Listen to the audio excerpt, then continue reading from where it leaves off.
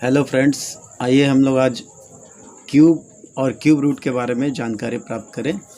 क्योंकि स्क्वायर और square root के बारे में हम लोगों ने जानकारी प्राप्त कर लिया है, लेकिन आपको अगर आप स्क्वायर का प्रैक्टिस कर चुके होंगे तो क्यूब रूट आपके लिए आसान हो जाएगा और क्यूब भी आपके लिए आसान हो जाएगा, क्योंकि स्क्वायर और क्यूब का जो फंडामेंटल है वो लगभग मिलता जुलता है।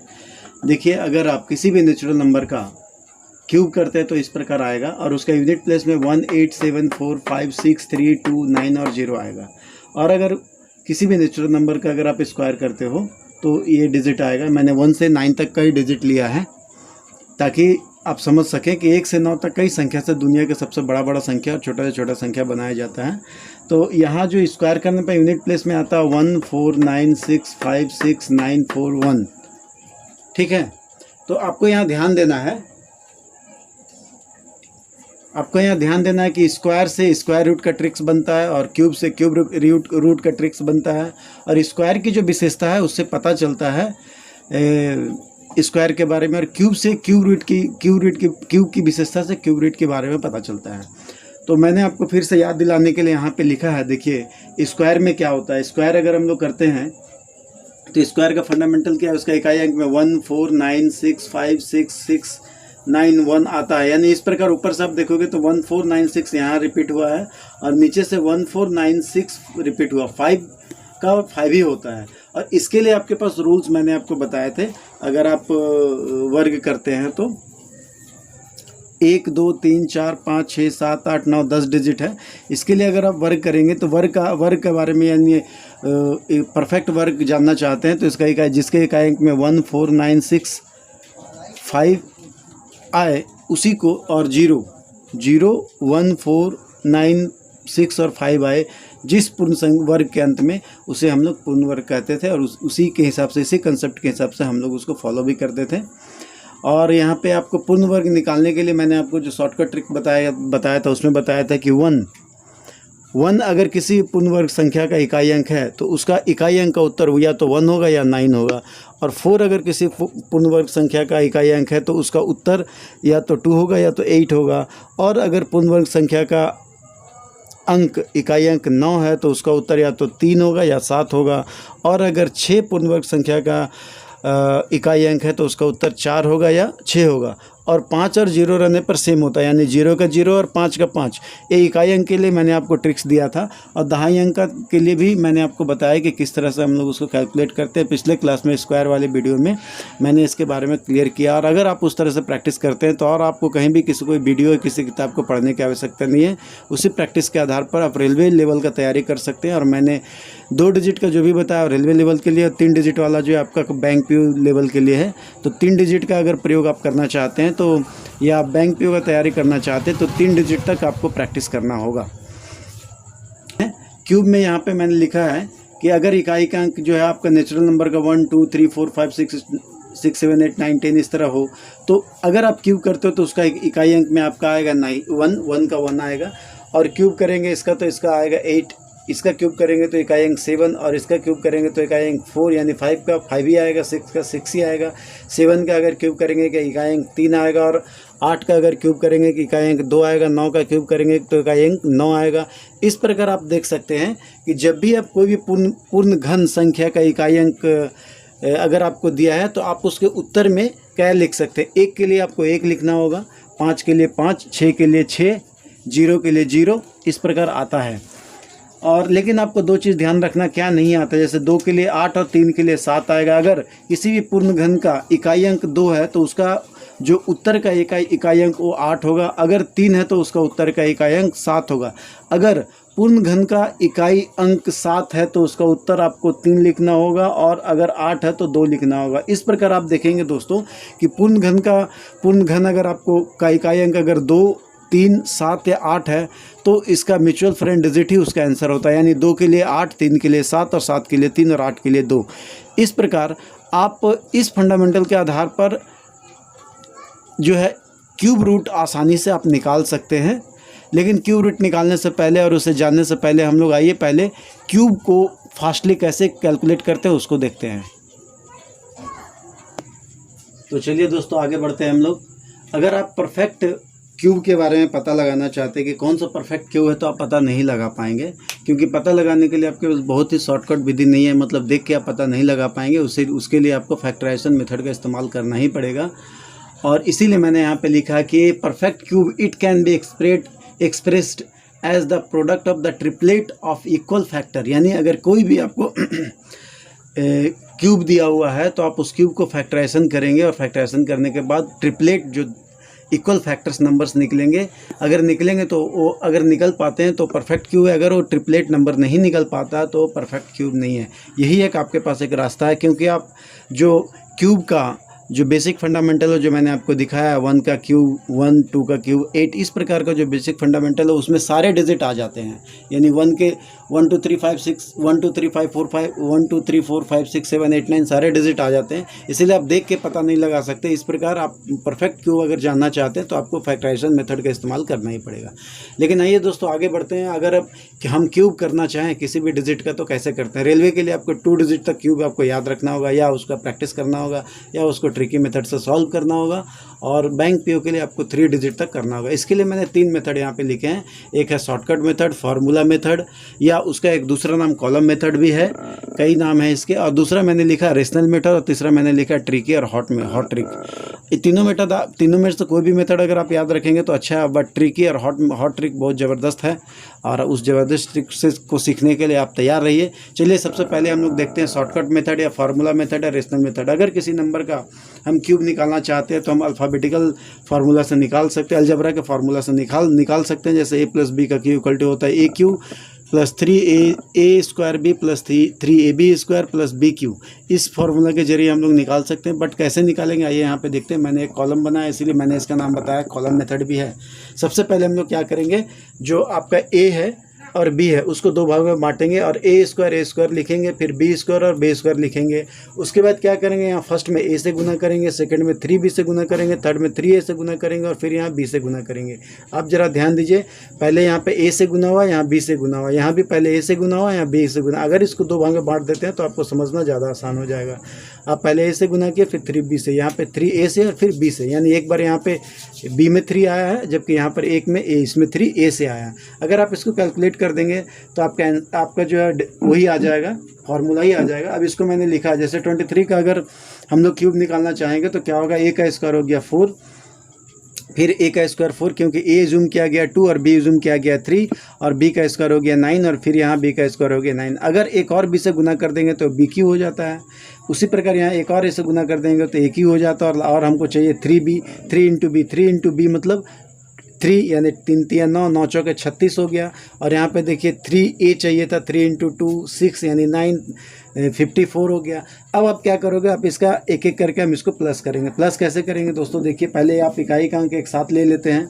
साथ लेने के बाद इसका जो कैरी ओवर आता है उस कैरी ओवर को इस आगे वाले अंक में जोड़ देंगे तो कितना होगा, 6 लिख लिए।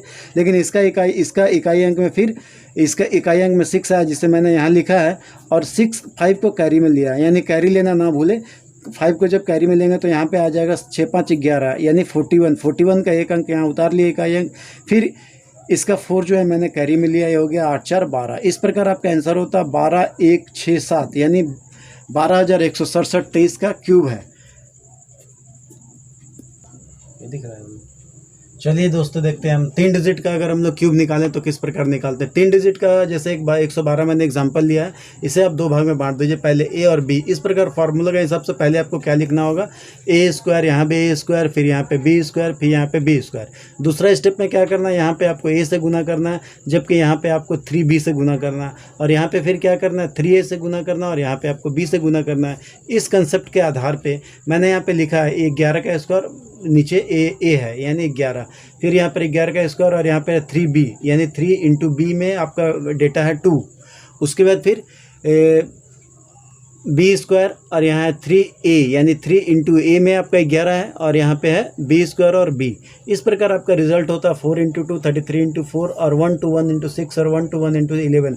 इसका कैलकुलेशन होगा 1331, इसका होगा 726, और इसका होगा 132, और इसका होगा 08। इसका एक डिजिट मैंने उतार लिया है 0 कैरी ओवर में, तो यहाँ पे आता है 2। अब इसका कैरी ओवर 13 होता है, इसे मैंने यहाँ जोड़ा है 639 यहाँ मैंने उतारा है, और बाकी कैरी ओवर यानी 73 इधर लिखा है। फिर इसको को जोड़ दिया गया। तो इसका आंसर आता है 1404928, यानी इसका जीरो है, उसका आंसर है 1404928। यानी 3 डिजिट का भी अगर आप चाहें तो फार्मूला मेथड से तुरंत ही निकाल सकते हैं, अगर आप प्रैक्टिस करेंगे तो एग्जाम में भी। लेकिन चलिए, चूंकि आप कंपटीशन का तैयारी में लगे हुए, इससे भी आसान विधि मैं आपको आगे बताने जा रहा हूं, जिसे हम लोग बोलते हैं रेशनल मेथड। चलिए हम लोग नेक्स्ट मेथड जो है आपका रेशनल मेथड, उस पर बात करते हैं। रेशनल मेथड देखिए, अगर मैंने 26 एग्जाम्पल लिया है, 26 का अगर आप क्यूब करना चाहें तो किस प्रकार करेंगे। चलिए, मैं तो इसमें बना हुआ, मैं आपको बना के दिखाता हूँ ताकि आपको लगे कि मैं भी इसे कर सकता हूँ। मैंने इसे मिटा दिया है इस प्रकार।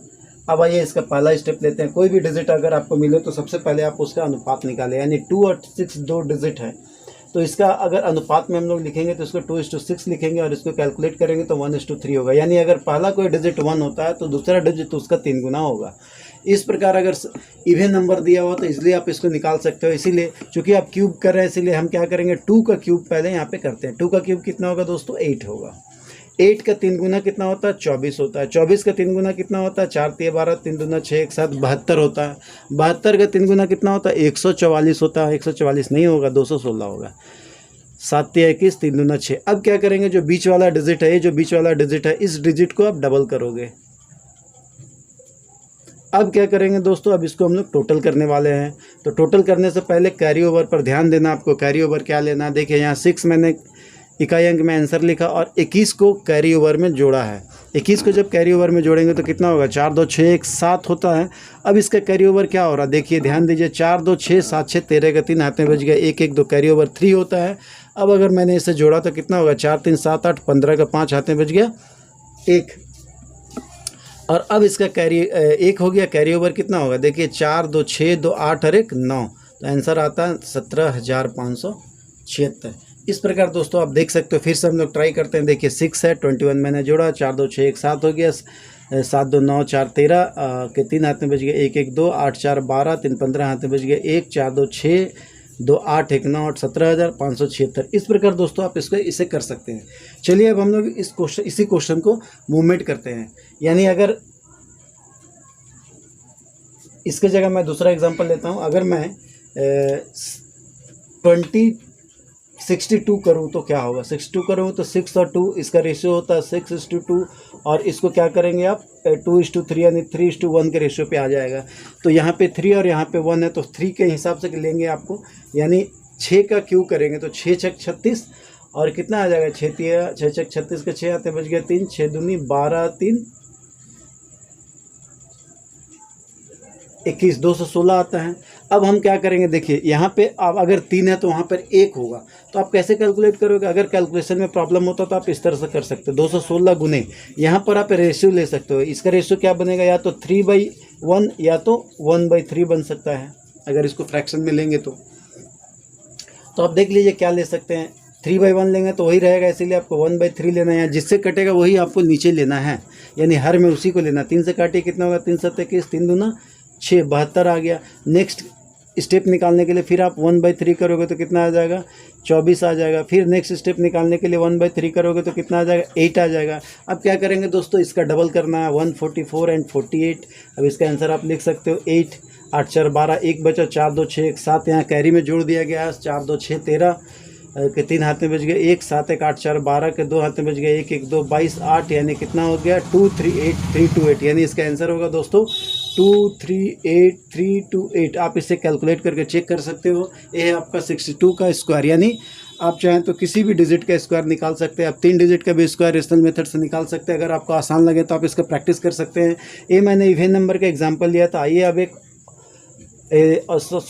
ऑड नंबर का एक एग्जांपल हम लोग लेते हैं। ऑड नंबर क्या है, जैसे एक ऑड नंबर मैंने लिया है 23। इसका अगर हम लोग इसका एक क्यूब करना चाहें तो क्या होगा, इसका अगर आप अनुपात निकालेंगे तो 2:3 होगा। और इसको आप किस प्रकार से लिख सकते हैं, या तो 2/3 लिख सकते हैं या 3/2 लिख सकते हैं। तो इस प्रकार दोस्तों हम लोग देखते हैं, पहला डिजिट जो है मेरा 2 है, 2 का क्यूब अगर हम करेंगे तो कितना होगा, 8 होगा। और इसी क्रम को आगे बढ़ाते हुए अगर हम लोग जानना चाहें तो कौन सा रेशियो फिट करेंगे, 2/3 या 3/2, बताइए आप लोग कौन सा रेशियो फिट करेंगे, 3/2 फिट करेंगे। किसे फिट करेंगे, 3/2, क्योंकि जो आसानी से कट जाए, 8 को जो आसानी से काट दे, यानी 3/2। अगर हम 2/3 लेते हैं तो 3 से तो नहीं कटेगा, इसीलिए इसको आपको नहीं लेना है। यानी 2 और 4 कितना हो गया 12। नेक्स्ट में क्या होगा 12 को लेके करना है 3/2, ये क्या हो गया 6। फिर नेक्स्ट में क्या होगा 6 × 3/2 यानी कितना हो गया 9। समझ में आया आपको। इसका डबल करेंगे 12 दूना 24, इसका डबल करेंगे 6 दूना 12, रिजल्ट क्या होगा 9 8। एक कैरी ले लीजिए 4 2 6 1 7 और 2 और 1 3 कैरी, यहाँ पे होगा 12,789। इस प्रकार दोस्तों आइए दोस्तों अब हम लोग 3 डिजिट का क्यूब निकालने का प्रयत्न करें रेशनल मेथड से। मैंने एक 3 डिजिट लिया है 112, इसे आप 2 भाग में बांट दीजिए, ए और बी, इस तरह से बांट दीजिए ए और बी। तो यहाँ पे रेशियो बनता है 11:2 और इसे 2 प्रकार से लिख सकते हैं 11/2 और 2/11। इसमें से आपको इस दोनों रेशियो में से वही लेना है जिससे आप डिजिट को काट सके। जैसे पहला डिजिट 11 है, 11 का क्यूब करेंगे, 11 का क्यूब होता है 1331, 1331 मैंने यहाँ पे लिखा है। अब अगला डिजिट लाने के लिए आपको क्या करना होगा, आपको डिवाइड करना है। तो किसको लेंगे, इसको लेंगे, क्योंकि 2/11, 11 से काटेंगे तो आएगा आपका 121 × 2 यानी कितना आता है 2 2 दूना 4 242। अब नेक्स्ट स्टेज में क्या लेना है आपको, नेक्स्ट स्टेज में आपको फिर लेना है 242 × 2/11, 11 से भाग देंगे तो 22 आएगा, 22 दूना 44 होता है। फिर 44 को लेंगे, 44 × 2/11 लेंगे, 11 दूना 22 यानी कितना आ जाएगा 11 चौक 44, 4 दूना 8 आ जाता है। अब इसका डबल करेंगे तो कितना होगा दोस्तों 88, और इसका कितना होगा 2 2 4 4 4 8 4 4 8 2 2 4। इस प्रकार से अब हम लोग इसको जोड़ेंगे, 8 आता, 8 4 12, हाथे बच गए 1, 8 4 12 1 13, 4 3 7 2 1 9, एक कैरी ओवर है याद रखना है। और उसके बाद क्या होगा 8 4 12 1 13 के 3 हाथे बच गए 1, 4 2 6 1 7। इस प्रकार आपका आंसर होता है 40401, यानी आपका आंसर है 1401404,928। ये आपका आंसर है दोस्तों। इस प्रकार आप 3 डिजिट का भी आंसर, 3 डिजिट का भी क्यूब रेशनल मेथड से निकाल सकते हैं। अब हम लोग आगे जो आपका ट्रिकी या हॉट ट्रिक्स जिसे कहते हैं उस मेथड से भी हम लोग इस क्यूब रूट को निकालना सीखेंगे।